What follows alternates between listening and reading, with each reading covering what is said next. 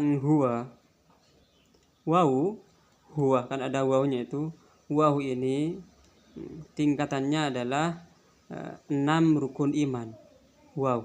Kalau kita baca dengan abjadun hawazun itu A1, B2, Jim 3, Dal 4, H5, Wa 6. Jadi waw ini adalah 6, berarti rukun iman. Lalu haknya tadi itu adalah 5. Di rutbahnya itu rukunnya di dalam sanad itu berarti dia 5. Nah 5 ditambah 6 berarti 11. Jadi oleh karena itu waw itu disebutkan tanpa diketahui. Sebenarnya 11 itu adalah 1 dan 1. 1 dan 1 berarti itu adalah zakir dan madhkur. Zakir seorang salik atau seseorang yang berzikir, lalu madhkur dia yang disebutkan, yang dizikirkan atau Allah. Jadi 1 dan 1. 1 yang pertama adalah al-wahidul fardus samad. Al-wahid yang maha esa, al-farduh maha satu, as-samad maha samad. Jadi al-wahid yang pertama adalah Allah Subhanahu wa taala. Sedangkan al-wahid yang kedua atau 1 yang kedua itu adalah zilluhu, bayangannya. Kita jangan berpikir lagi tentang dunia fisik. Ini tentang dunia makna. Apa maksud yang disebut bayangannya? Kok sampai ke situ? Itu ada di dalam hadis qudsi. Sirtu sam'ahu alladhi yasma'u bih, wa basaruhu alladhi yubsiru bih, wa yadahu allati yubtishu bih. Jadi sirtuh, aku atau saya, kata Allah, firman Allah, itu menjadi pendengarannya yang dia dengar, menjadi penglihatannya yang dengannya dia melihat, menjadi tangannya. Jadi satunya yang kedua ini adalah bayangannya, artinya adalah Anda yang sedang berzikir. Lalu menghimpun antara 11 atau antara 5 dan 6 ini, atau antara 1 dan 1 ini menunjukkan surat Al-Ikhlas, Qul huwallahu ahad 1. Ketika Anda membaca Qul huwallahu ahad, Qul huwallahu ahad, katakanlah Muhammad huwallahu ahad, dia Allah yang ahad, itu seakan-akan anta budallah ka'annaka taruh. Anda beribadah kepada Allah seakan-akan Anda melihatnya. Jadi Anda sebagai 1 itu menyembah dia yang 1. Fa illam takun, jika Anda tidak, ini fa illam takun, berhenti di sini dulu. Fa illam takun, jika Anda tidak ada, maksudnya ini adalah hilangkan kesatuan Anda, artinya hilangkan Anda sebagai yang 1. Azil wahdaniyatak, 1 sebagai Anda sebagai 1 itu hilangkan. Fa innahu yarak, maka dia akan,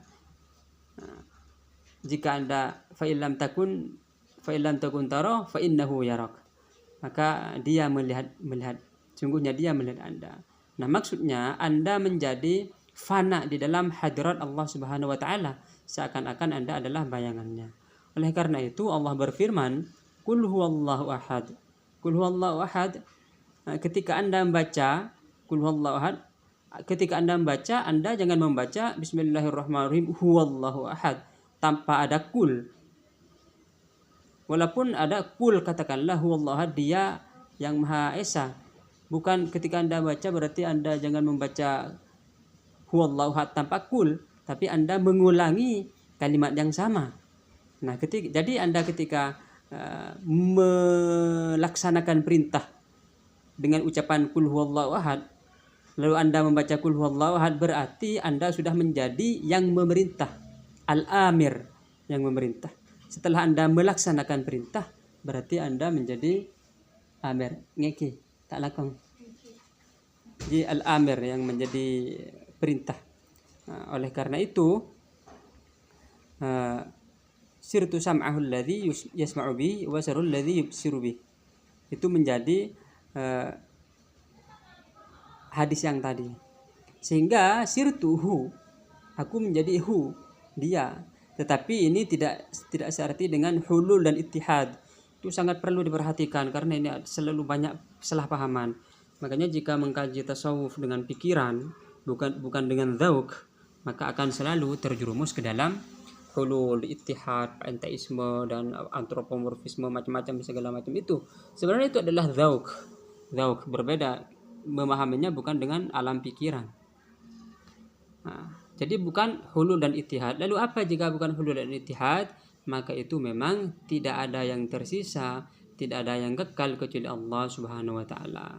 Jadi seakan-akan Allah itu berfirman, kudratku, artinya kekuasaanku jelas dan terang di dalam maksudnya di dalam pada hambaku, maksudnya sirtu sam'ahul ladzi surbi tersebut. Juga di dalam hadis qudsi lain, tu ju'tu falam tut'imni, aku lapar lalu engkau tidak memberiku makan. Allah berfirman, sa'altuka wa la tu'tini, aku minta-minta engkau tidak memberikanku. Nah, ini juga termasuk di dalam hadis Abu Hurairah itu, bahwa aku membawakan dua ilmu, yang satu aku sebarkan, yang satu tidak aku sebarkan. Nah, ini di antara salah satu isyarat mengenai ilmu yang tidak disebarkan itu, tapi ini hanya talmih saja, perlu pemahaman secara zauki, bukan pikiran.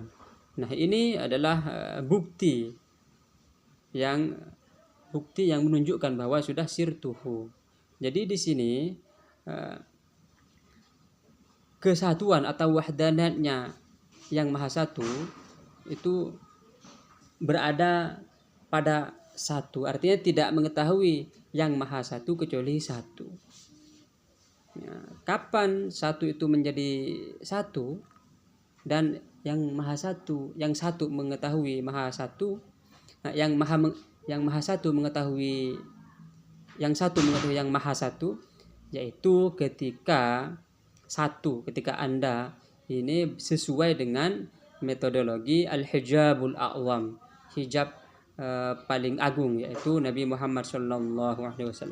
Jadi selalunya kita itu tidak boleh keluar dari akhlak, dari syariat, dari thariqah, dari hakikat dari Nabi Muhammad SAW. Tetap melaksanakan sholat, zakat, puasa, haji, dan seluruh syariat. Nah, jika sudah melanggar dari situ, maka berarti sudah sampai ke neraka, berarti kalau sudah keluar melanggar syariat Nabi Muhammad SAW. Jadi kita berpegang teguh kepada baginda Nabi Muhammad SAW. Bijahi Allahumma shalli ala Muhammad wa ala alihi wasallam.